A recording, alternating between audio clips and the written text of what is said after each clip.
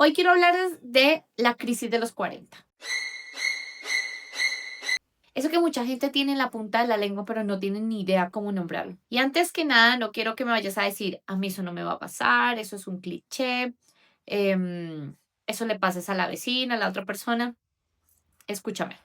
Porque es que esto no se trata de comprarse un nuevo carro, de hacerse miles de cirugías estéticas, de llenarse el cuerpo de tatuajes, no. Se trata de ese momento, ese periodo de la vida donde por aquí adentro empieza a sentirse algo muy diferente, donde las preguntas cada vez pesan muchísimo más y donde tú te pones un espejo enfrente tuyo y a veces te desconoces. Así que siéntate cómodo, ve y te haces un cafecito o sírvete un matecito y vamos a hablar de esto. ¿Cómo se ve por dentro? Bueno, primero que todo hablemos de los síntomas, porque no es una enfermedad, claramente, y los pongo entre comillas por eso, porque esos síntomas son parte del proceso. Porque a veces no sabemos que estamos ahí hasta que llevamos meses, años, bueno, días navegando en ese en ese mar de síntomas, en esa incomodidad, por decirlo mejor. Esto puede empezar a los 38, puede empezar a los 42, puede empezar a los 45, puede ser antes, puede ser después. Lo que importa es lo que se siente. Entonces vamos a nombrar síntomas uno por uno. Síntomas. El inventario mental que nadie te pidió. De repente, un día cualquiera, te estás bañando, estás viendo series, estás manejando o estás lavando los platos y empiezas a pensar, ese momento introspectivo. ¿Yo en qué me he convertido? ¿Realmente esto era lo que yo quería? ¿Desde hace cuánto tiempo empiezo yo a trabajar o a hacer las cosas por inercia? Es como cuando uno siente que esa mente abre una carpeta que tenía por allá súper escondida y guardada en el infinito y dice, bueno, vamos a revisarla. Cumplí 41 y de la nada empecé a cuestionar todo. Mi trabajo, mi relación, mis amigos. No es que todo esté mal, pero yo no sabía si es que era lo que yo quería o simplemente lo que me tocó. Bueno, a muchas personas sí, les suena y mucho, entre esas yo también, porque esa es una sensación que llevas tanto tiempo respondiendo a las expectativas de la gente, del mundo, de tu familia, de tu trabajo, de mucha gente, que te olvidas preguntarte, bueno, ¿y yo qué quería? Porque a ti te han dicho que te dijeron que tenías que ser, pero nunca te preguntaste tú qué realmente querías. Síntoma número 2. El cuerpo se pone en modo recordatorio. Bueno, así la llamé. Me parece que es una forma de explicar lo que les voy a decir. La rodilla empezó a crujir de un momento para otro, subiendo escaleras, acostándote, recogiendo cualquier cosa del piso. Te empiezas a recordar esa noche en que no dormiste bien o esos 3 días en que empezaste a sentir los síntomas de la resaca, pero poderosos. O ese día que subiste las escaleras y dijiste, oh por Dios, tengo que ir al gimnasio. ¿Saben qué? El cuerpo empieza a hablarnos. Y yo me he dado cuenta que no siempre nos dice cosas bonitas. Para muchas mujeres, desafortunadamente, o no desafortunadamente, para muchas mujeres, esto viene acompañado con cambios hormonales porque es el preludio de la menopausia. Y la menopausia o el preludio hace que no tengamos buen sueño, incluso que cambiemos mucho de humor. Y también me he dado cuenta que la relación con nuestro cuerpo, con nuestro propio cuerpo, se vuelve como más distante. Para los hombres también es un momento importante porque hay muchos cambios hormonales, aunque no se hable mucho de eso.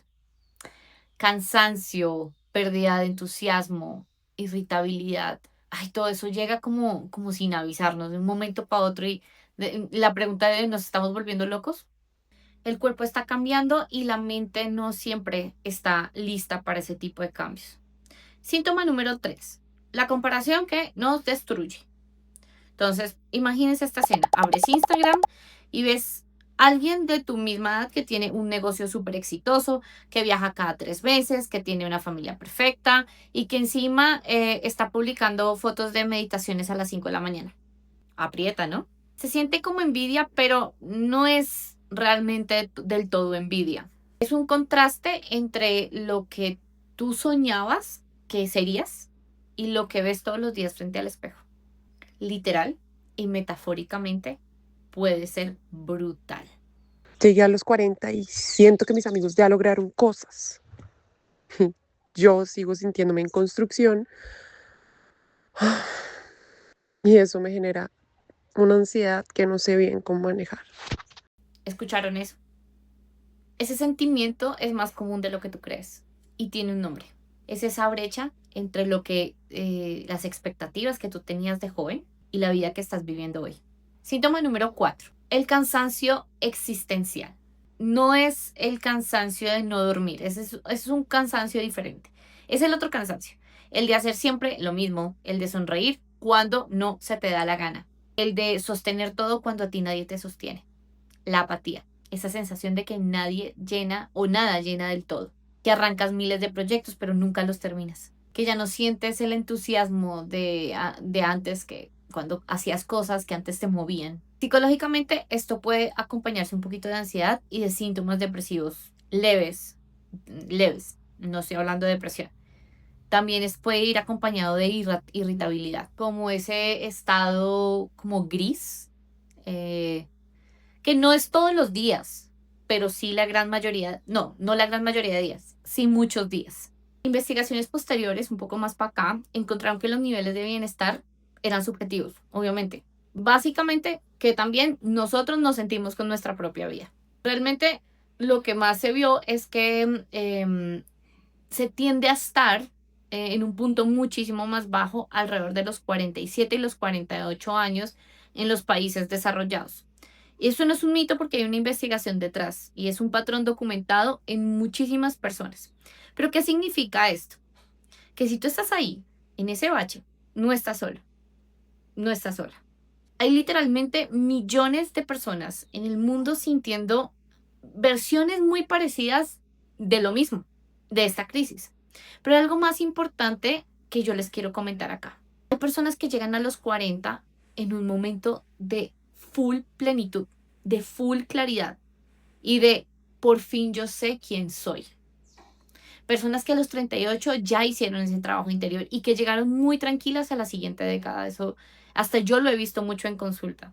Muchas personas también a los 50 años llegan por primera vez con ese cuestionamiento porque sus circunstancias de vida cambiaron. Quiero que dejar muy claro que la crisis de los 40 no es una fecha en el calendario. No es como si yo tengo 40 entonces, no funciona así. Es un proceso y depende de muchísimos factores. Cuando te conoces a ti mismo, cuando sientes que tienes muy buenas redes de apoyo, si has podido tú vivir una vida alineada con tus valores, si has tenido herramientas emocionales, si has ido a terapia. Ir a terapia es importante, pero quiero que vean que no es una condena, tampoco es una encrucijada, es un momento bonito, es un momento de vivirlo diferente. Cuando lo puse en palabras, cuando lo dije en voz alta, algo se alivió. Era como darle nombre al monstruo y que el monstruo se volviera más manejable. ¿Escucharon eso? Y tiene mucho sentido. Aquí hay algo que vale también la pena nombrar. Esta crisis no es igual para hombres y para mujeres y lo acabamos de escuchar. Y es la verbalización real de una persona que está pasando por esta situación. Y no es igual en todas las culturas. La sociedad en la que tú creciste, lo que te enseñaron que deberías hacer o que deberías tener o que deberías ser en este momento es un peso enorme. Y esto pesa aquí, en el momento en el que tú estás. Si a ti te criaron diciéndote que a los 40 tenías que tener casa, que tenías que tener una pareja estable, que tenías que tener hijos, que tenías que tener un trabajo exitoso y que tenías que tener una cuenta de ahorro supremamente robusta, y llegas a los 40 y no tienes nada, el golpe es mucho más duro. Pero eso no habla de ti, habla más bien de las expectativas que muchas veces no fueron tuyas. Y aquí va algo que quiero que escuches muy bien. Escucha. El duelo que tú sientes a esta edad, porque es un duelo, y el duelo de la juventud, de las versiones de ti que no llegaron a ser, es válido, es legítimo. No tienes que apresurarte a superarlo. No tienes que fingir que estás bien, pero tampoco te tienes que quedar ahí atrapado, porque este proceso bien vivido puede ser uno de los momentos más transformadores de toda tu existencia y más que todo de toda tu vida adulta. Las personas que atraviesan esta etapa con conciencia suelen salir del otro lado con muchísima mayor claridad. Una claridad que obviamente no tenían antes. Saben un poco mejor qué es lo que quieren, qué no quieren, con quién quieren estar y qué ya no están dispuestos a hacer o que ya no están dispuestos a tolerar. Y eso no es poco, es muchísimo. Cosas que puedes hacerlo para vivirlo un poquito con más fuerza. Bien, ya hablamos de cómo se siente, ya hablamos del por qué pasa. Ahora vamos a hablar de lo que tú puedes hacer, porque aquí no se trata solo de evitarlo y realmente no siempre se puede, sino la idea es atravesarlo de una forma mucho mejor.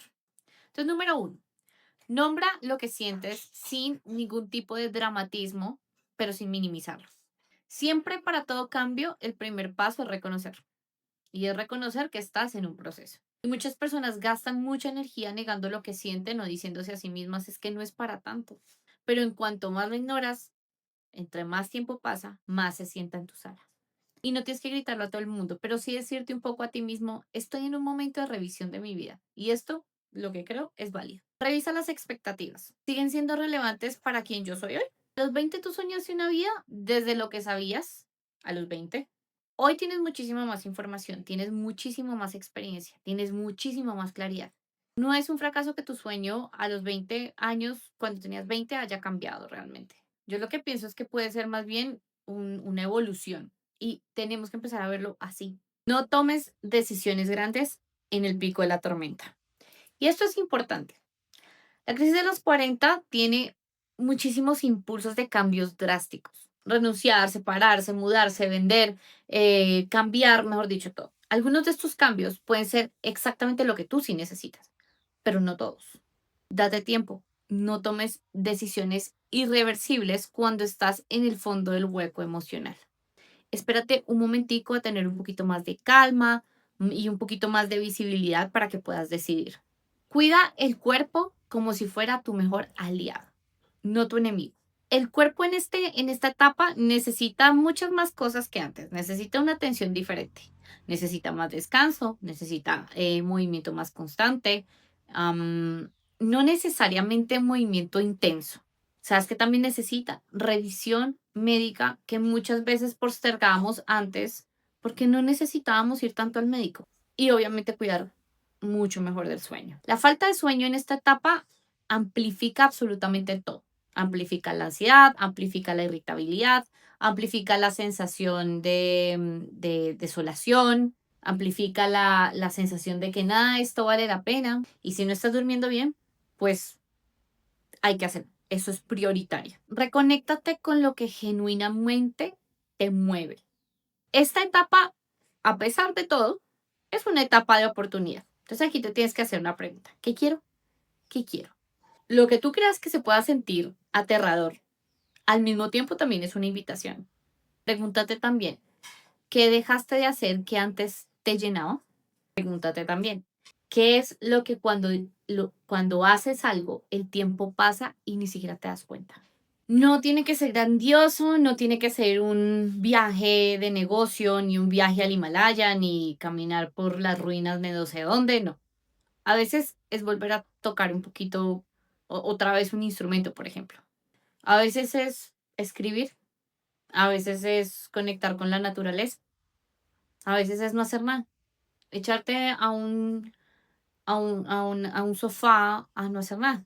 La psicóloga Carolina Cid Medina, en uno de sus escritos, habla de que esta etapa tiene 4 pilares que pueden hacer la diferencia.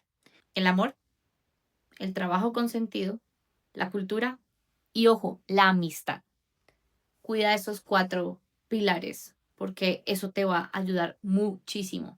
Busca apoyo real.